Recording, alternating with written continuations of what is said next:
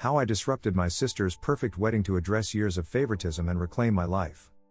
The shining star and the overlooked sister. From the day I was born, my sister Emma seemed to embody perfection in every possible way.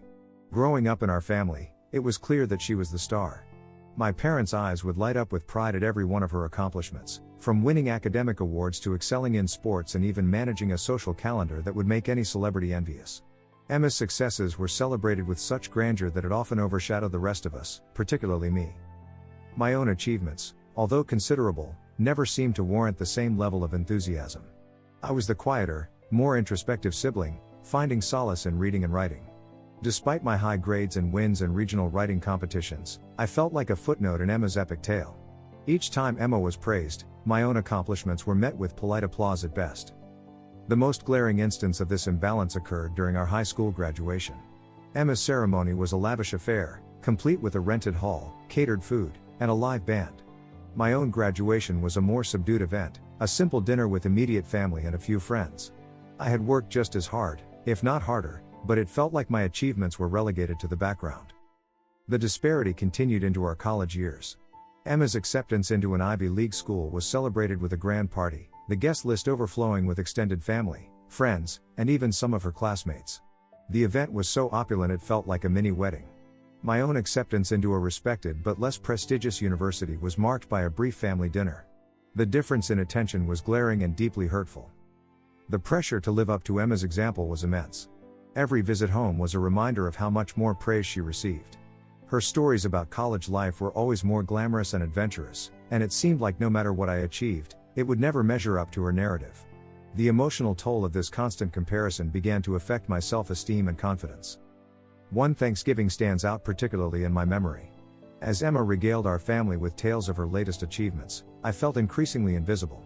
My attempts to share my own experiences were met with polite nods and quick changes of subject. I went to bed that night with a deep sense of isolation, knowing that no matter what I did, I would always be living in Emma's shadow. When Emma got engaged, the excitement in our family was palpable. Her fiancé was charming, and the couple was the picture of perfection. My parents and extended family were ecstatic, and Emma's engagement was celebrated with a series of extravagant parties. To me, it felt like an opportunity to finally take a stand.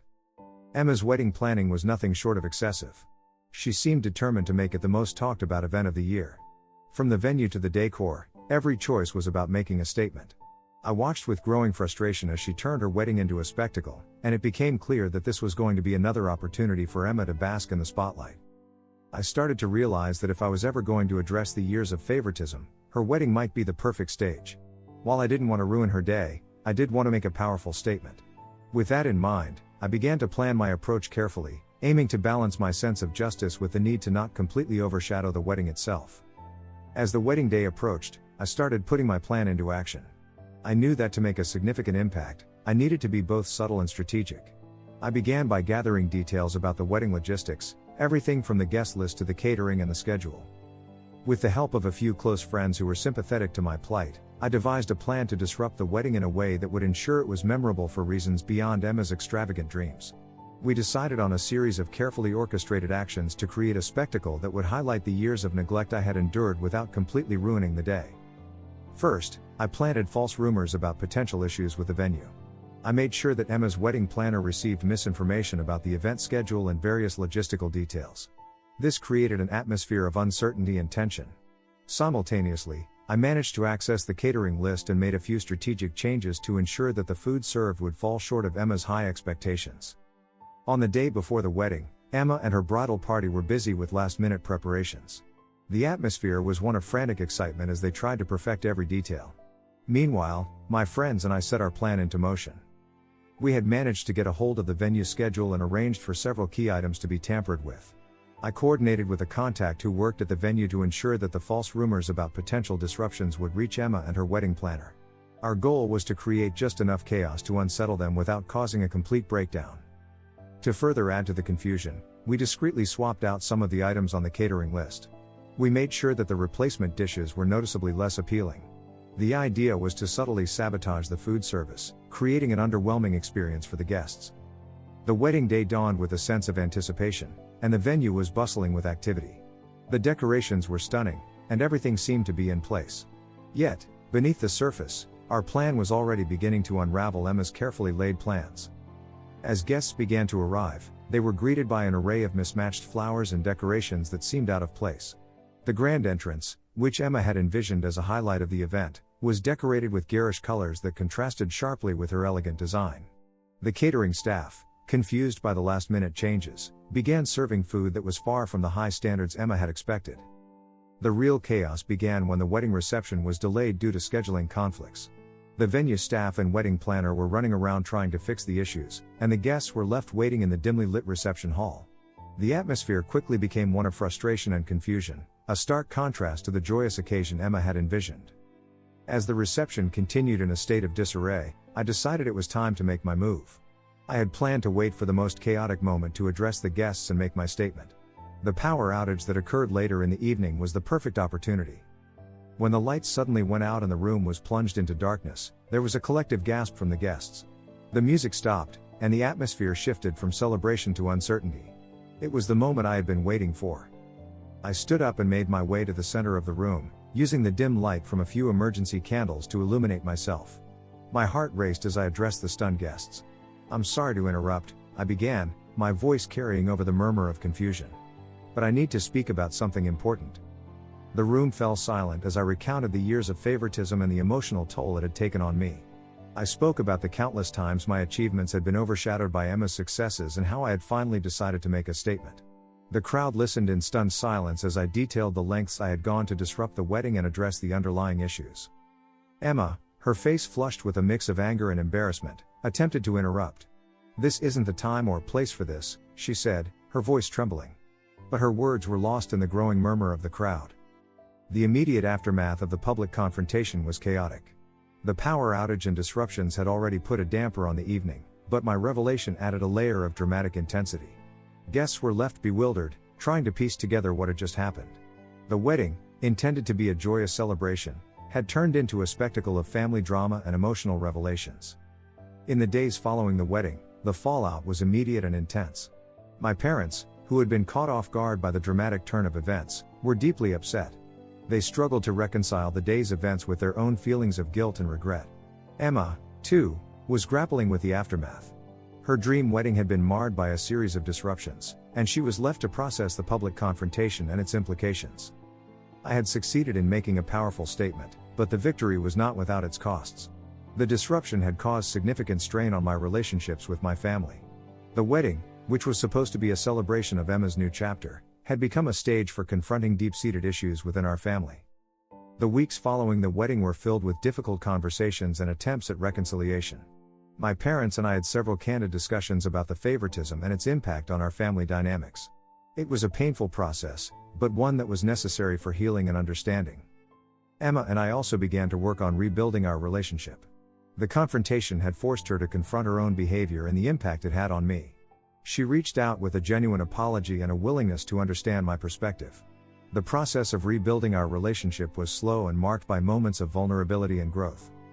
Despite the turmoil, there were positive outcomes from the confrontation. My parents began to acknowledge the imbalance in their treatment of Emma and me, and they made efforts to address the underlying issues. The process of healing was gradual, but it brought about a deeper understanding and appreciation of each other's experiences.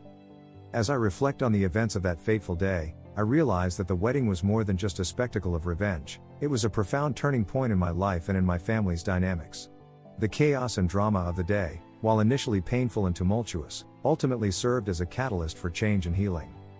In the weeks following the wedding, my family and I began to address the deep-seated issues that had long been ignored. The dramatic confrontation at Emma's wedding had forced all of us to confront the reality of the favoritism and its effects. My parents, initially shocked and defensive, gradually came to understand the extent of the emotional neglect I had experienced. They began to make a genuine effort to acknowledge and rectify their past behavior. Emma, too, underwent a significant transformation. The disruption of her wedding, while deeply painful, had opened her eyes to the impact of her actions and the emotional cost of our family's dynamics. We had several heartfelt conversations where we explored our individual perspectives and the reasons behind our actions. It was clear that while Emma had been a central figure in our family's narrative, I had my own story that needed to be heard and respected. The process of rebuilding our relationships was slow and challenging. We each had to confront our own roles in the family dynamic and work through our feelings of hurt and resentment. There were moments of tension and emotional rawness, but there were also moments of genuine connection and understanding. Through it all, we learned to appreciate each other's experiences and to acknowledge the validity of our respective feelings. Emma and I began to rebuild our relationship from a place of honesty and vulnerability. We worked on understanding each other's perspectives and learning to appreciate each other's strengths and contributions. The process was far from perfect, but it marked the beginning of a more authentic and balanced relationship. My parents also made efforts to correct the imbalances in their treatment of us. They began to actively support and celebrate my achievements, making a conscious effort to recognize and value my contributions. While it didn't erase the past, it was a significant step toward healing and creating a more equitable family dynamic. The impact of the wedding disruption lingered, but it eventually became a catalyst for positive change.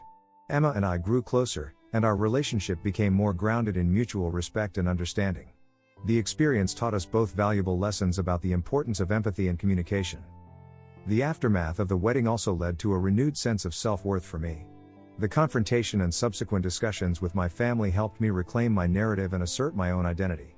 I learned that standing up for oneself, even in the face of significant challenges, can lead to profound personal growth and change.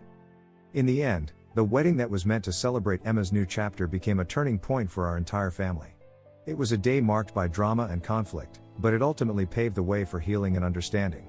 The process of confronting deep-seated issues and working through our family dynamics was not easy, but it was necessary for creating a more balanced and supportive environment. Looking back, I see the wedding as a complex and transformative experience. It was a day of personal triumph and public confrontation, but it also marked the beginning of a new chapter for my family and me. The lessons learned and the growth experienced from that day will always be a part of me. It was a day that challenged us all, but it was also a day that brought about meaningful change and deeper connections.